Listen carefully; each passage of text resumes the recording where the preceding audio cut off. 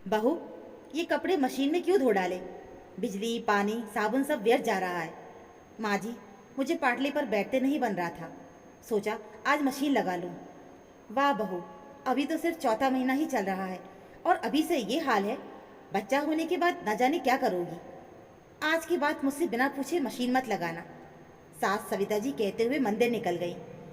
अरे बहू, अभी तक रोटी क्यों नहीं बनी? तुम्हारे बाबूजी इंतजार कर रहे हैं। रसोई में घुसते हुए बोली। हाँ माँ जी, वो रोटी की गंध से उबकाई आ रही थी। देखो बहू, ये बहाने बहुत हुए। हमने भी बच्चे पैदा किए हैं, तुमने कोई अनोखा काम नहीं किया और जैसा चला आ रहा है वैसे ही सारे काम होने चाहिए। सविता जी गुस्से से घी चुपड़ी रोटी लेकर बाहर चली गई। पूजा की रुलाई फूट पड़ी। 2 साल से सब अच्छा चल रहा था। वो सविता जी की आंखों के इशारों पर नाचती, मगर अब उसकी गर्भवती होते ही उसकी तबीयत ठीक नहीं रहती थी। डॉक्टर ने भी उसे आराम करने के लिए कहा है, पर सासू माँ हमेशा उसे काम करने को कहती रहती। बोलती हैं कि काम करने से शरीर चुस्त बनता है और बच्चा भी घूमता रहता है। इसलिए झाड़ू पोछा, बैठकर बर्तन धोना, खाना बनाना, हर काम वैसे ही चल रहे हैं जैसे पहले वो करती थी। तबीयत की वजह से उसने काम वाली लगाने को कितनी बार मिन्नतें की, मगर सविता जी ने साफ इनकार कर दिया। बहू, हमारे घर में काम वालियों से काम नहीं कराया जाता। अशुद्धि फैलती है। ना जाने ये लोग कितने घरों में जाती हैं और कहाँ से आती हैं। मेरा घर अपवित्र हो जाएगा। वो बहाना बनाकर निकल गई। पूजा सुमित को भी बोली, मुझसे अब ज़्यादा काम नहीं होता, कुछ नहीं तो झाड़ू पोछा बर्तन के लिए बाई लगवा दो। तब सुमित बोला, तुम कोई अकेली नहीं हो इस धरती पर जो माँ बनने वाली हो। अभी से ये हाल है, बच्चा होने के बाद न जाने क्या होगा। सीधे कहो ना, माँ के आगे तुम्हारी आवाज़ नहीं निकलती। इतना डायलॉग मारने की क्या ज़रूरत है? पूजा की अब नींद लग गई। जब उठी तो देखा सुमित ऑफिस जा चुके थे। सास ससुर नाश्ता करके बैठे टीवी देख रहे थे। माँ जी, नाश्ते में क्या बनाया है आज? हलवा पूरी बनाया था। पर माँ जी, मगर रसोई में तो कुछ भी नहीं है। मुझे बहुत ज़ोरों से भूख लगी है। अरे वाह बहू रानी जी, जैसे बनाया था वैसे हमने खा लिया। अब अगर तुम्हें भूख लगी है तो तुम बनाकर खा लो। और हाँ, आज छोड़ रही हूँ, कल से समय पर जागना। ये आलस, देर तक सोना मेरे घर में नहीं चलेगा, समझी? एक दिन नाश्ता नहीं बना सकी तो कितना कुछ सुनाया गया मुझे। साथ में एक निवाला भी रसोई में नहीं छोड़ा गया। अरे, गर्भवती को तो अजनबी पड़ोसी भी खाना खिला देते हैं, ये तो फिर सास है। बच्चा इनके खानदान का है, फिर भी इतना परायापन। पूजा को बहुत गुस्सा आया, मगर कहती किससे? उसकी तो माँ भी नहीं थी। भाई भाभी उसे पूछते नहीं थे। मन करता कि यहाँ से चली जाए, पर वो जाए तो जाए कहाँ? यही सोचकर वो चुप हो जाती थी।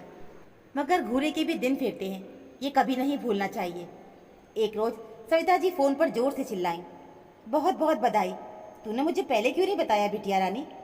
तू चिंता क्यों करती है? फटाफट अपना सामान बांध और आजा अपनी माँ के पास। ननद रचना भी गर्भवती है। 4 दिन के बाद वो घर पहुँचती है। रचना, तूने ये बात 4 महीने बाद मुझे बताई।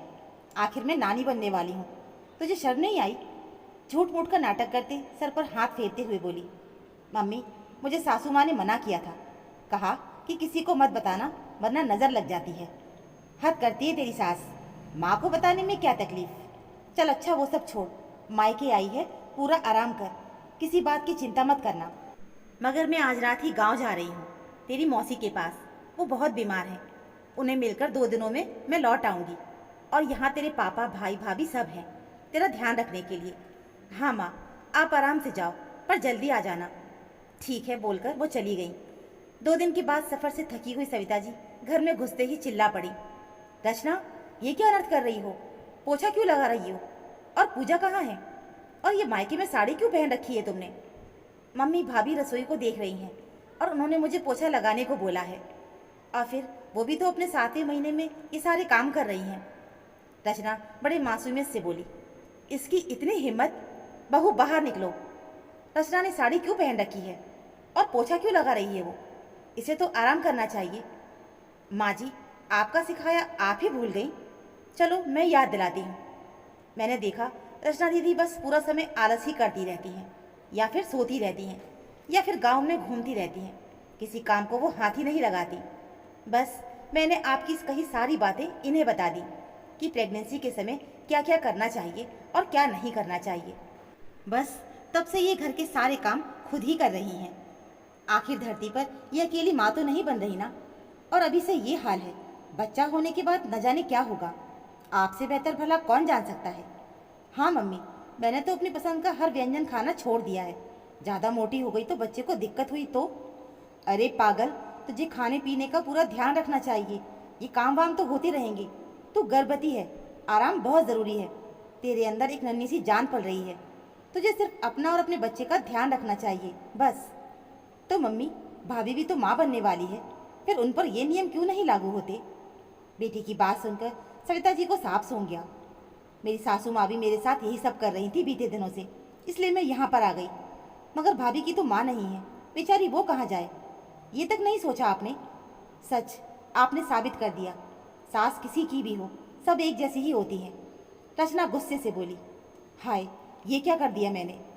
बहू, मुझे माफ़ कर दे, मैंने तेरे साथ बहुत गलत किया। आज बेटी पर गुजरी तो पता चला कि कितना दर्द होता है। चाहे मेरी बहू हो या बेटी, किसी को भी परेशान होने की ज़रूरत नहीं।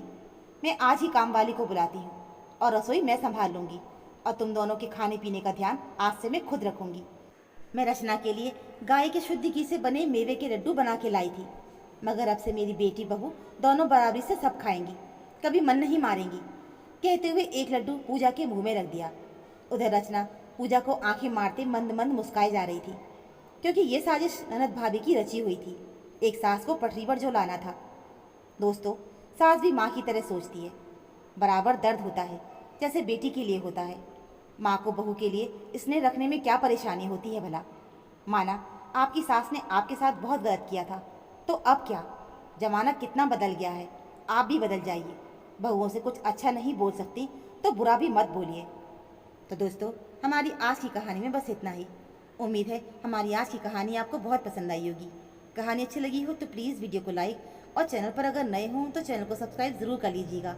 मिलते हैं फिर एक और नई कहानी के साथ। तब तक के लिए धन्यवाद।